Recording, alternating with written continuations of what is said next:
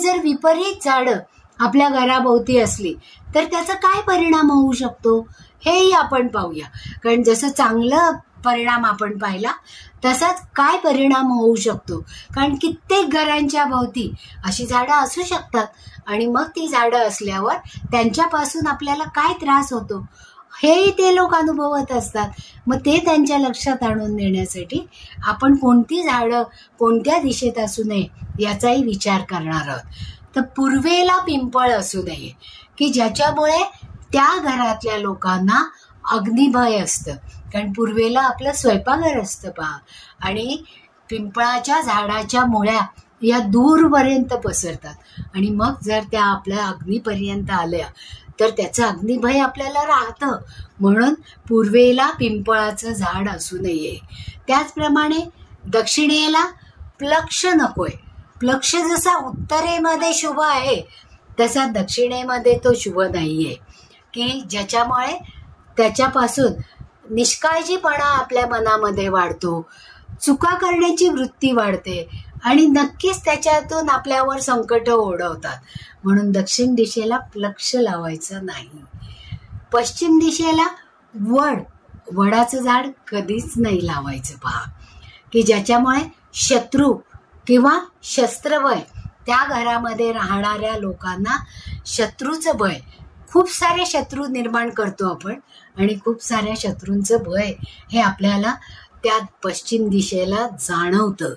आणि शस्त्रासारखं भय म्हणजे सुरी, चाकू, कात्र्या अशासारख्या गोष्टी आपल्याला रोज लागतात, पण त्याच्यापासून आघात होण्याची शक्यता हे वडाचं झाड जर पश्चिम दिशेला असेल तर त्याचा त्रास हा उद्भवतो. उत्तर दिशेला जर उंबराचं झाड असेल तर ते अजिबात चालत नाही, कारण त्याच्यामुळे पोटाच्या व्याधी होतात पहा.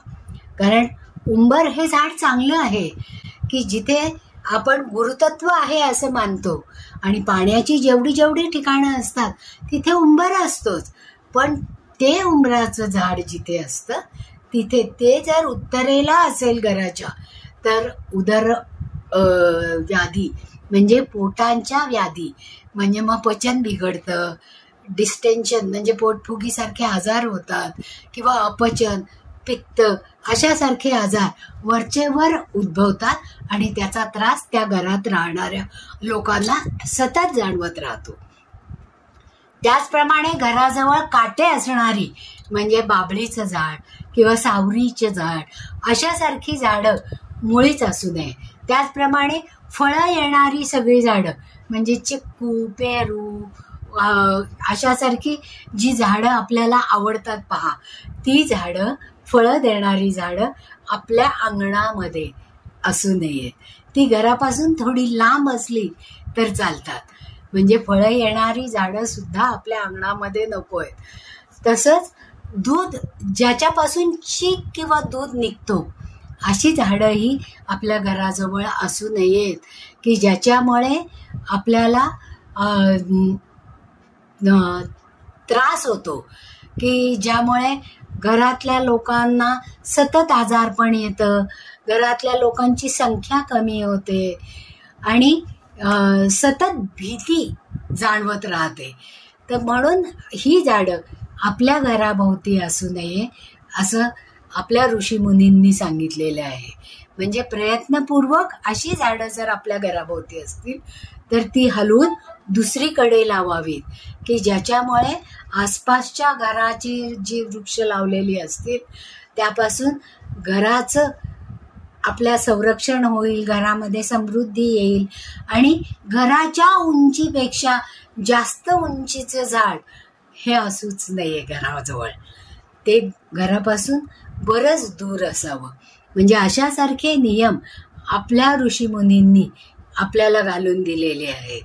म्हणजे जसं पूर्वेकडे बकुळ चालते, सुगंधी फुलांच्या वेली चालतात, चंपा, चमेली अशासारखी जी झाडं आहेत ती पूर्वेकडे असली तर देवपूजेलाही मिळतात. सदाफुलीसारखी झाडं की ज्याची रोपं लहान असतात पण कायम त्याच्यावर फुलं असतात.